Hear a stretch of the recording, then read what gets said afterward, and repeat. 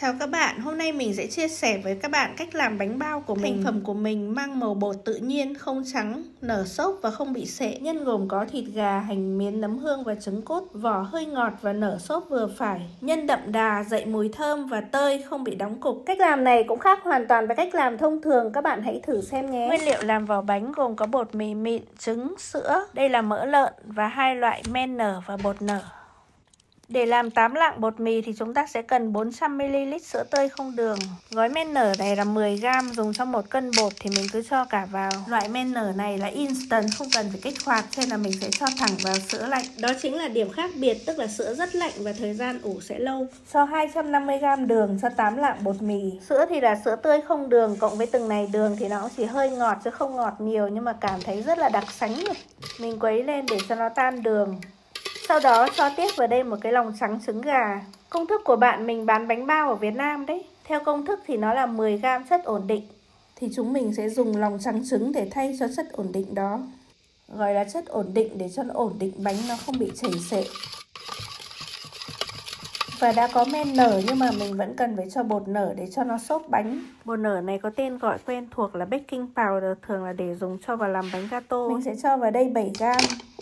Và mình sẽ cho vào đây 800g bột mì mịn. Có lần mình cũng làm bằng bột mì nửa thô thì nó cũng không khác mấy. Mình cho một ít mỡ lợn vào nữa. Có thể thay mỡ bằng dầu, nhưng mà mình thấy cho mỡ thì khi hấp lên mùi nó rất là thơm. Các bạn thấy là bột màu ngà và men nở màu cũng rất là nâu, cho nên là thành phẩm bánh nó cũng giống như là màu như thế này, cũng không quan trọng phải trắng. Cho một chút xíu muối vào rồi lấy máy đánh lên. 1 cân bột mà chúng ta nhào bằng tay thì tay cũng lên chuột luôn đấy các bạn ạ. Cho nên là nếu nhà có máy thì chúng ta hãy tận dụng. Sau khoảng 5 phút trộn bằng máy thì mình thấy là bột nó đã đồng nhất rồi. Sờ vào thấy nó dẻo và không dính tay là ok các bạn ạ. Nó dẻo quánh luôn này.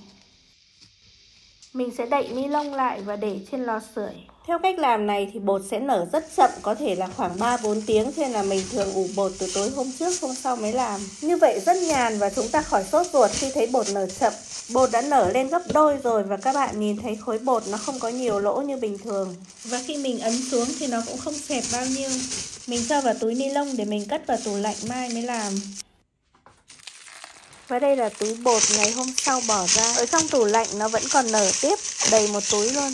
Bây giờ mình sẽ bắt đầu biến chế nhân bánh. Một vỉ trứng chim cút 18 quả mình sẽ bỏ vào luộc. Cho ít muối vào luộc để quả nào có dập nó không bị phòi ra. Mình sử dụng thịt gà đùi để không bị nhiều mỡ và cũng nhanh chín hơn thịt lợn. Bỏ xương và da đi thì mình sẽ thái nhỏ và mình băm.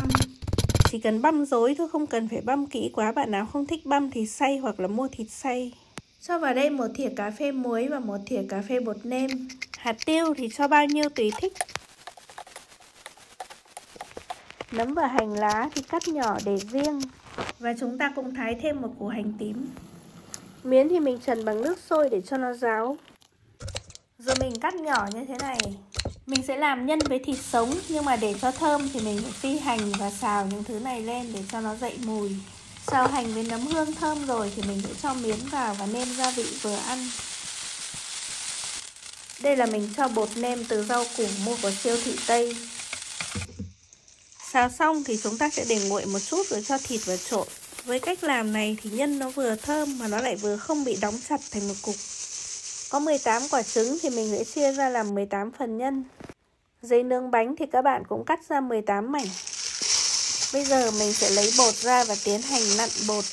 Các bạn thấy là cục bột nó nở to như thế này và nó cũng không bị co giãn. Bột nở sắc như thế này thì vỏ bánh nó sẽ không bị xồm xốp. Lần trước mình về Việt Nam mình mua bánh bao ở siêu thị, mình thấy ăn nó cứ giống như cái cục bông. Ăn xong vẫn có cảm giác như là chả ăn cái gì. Ủ bột theo cách này thì các bạn thấy là cục bột nó không có nhiều lỗ thông hơi. Cái vỏ bánh nó sẽ không bị quá rỗng. Mình chia cục bột ra làm đôi và ở mỗi nửa thì mình lại chia ra làm 3. Và ở mỗi 1/3 đấy thì mình lại chia ra làm 3 tiếp. Thế là mỗi nửa thì mình sẽ có 9 phần bột. Bột nó không dính tay cho nên là cũng không cần phải có bột áo.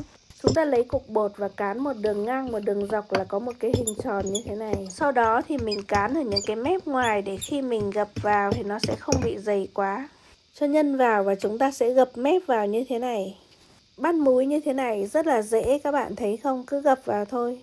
Và chúng ta cứ gập sát vào phần nhân để cho cái bánh nó không bị lỏng. Gấp các mép xong thì mình sẽ ấn tay vào để cho nó dính chặt lại. Có bát nước lã kia kìa, nếu mà cảm thấy nó không dính thì mình giấm nước vào một tí thì nó dính.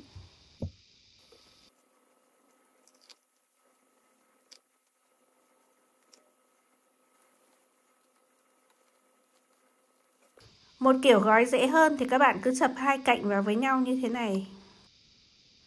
Xong ở những chỗ hở kia thì mình lại gập vào cho nó kín lại, rất là dễ các bạn ạ.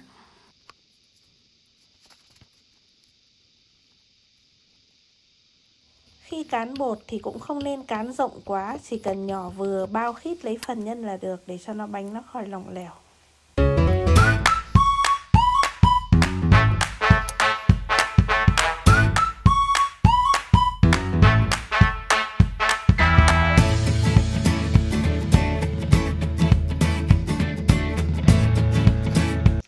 Đổ nước sôi vào cao đến khoảng 1/4 nồi. Tính sao để hấp khoảng độ 15 phút mà cái nồi không bị cạn hết nước là được. Bật cao hết nước là 240. Huy động tất cả nồi hấp ra để hấp cho nó nhanh. Mình có tất cả 3 cái nồi. Nồi này nhỏ nên là mỗi mẻ được có 3 cái.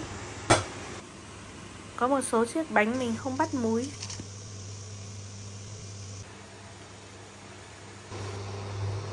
Nồi này là hấp bằng bếp từ là sướng nhất các bạn ạ. Nước nó sôi mạnh nên nó có nhiều hơi. Với 3 cái nồi và sau khoảng độ chừng nửa tiếng đồng hồ thì mình cũng hấp xong được 18 cái bánh. Hình dáng rất là đứng bánh, không bị chảy xệ. Và cái vị thì rất là giống cái vị bánh bao hồi bé mình đã từng ăn. Cách đây khoảng độ hơn 40 năm rồi ấy các bạn. Bánh bao Hà Nội trong ký ức của mình là một chiếc bánh to, vàng ngà, cao. Cái vỏ ngoài nó bóng bẩy, mềm xốp vừa phải và hơi ngọt. Nhân thịt miến ở trong thì nó thơm, nó đậm đà và đặc biệt là nó phải tơi cho nó không đóng thành một cục. Mình cảm ơn các bạn đã xem hết video này. Đừng quên nhấn like, đăng ký kênh để xem các video tiếp theo nhé. Hẹn gặp lại các bạn.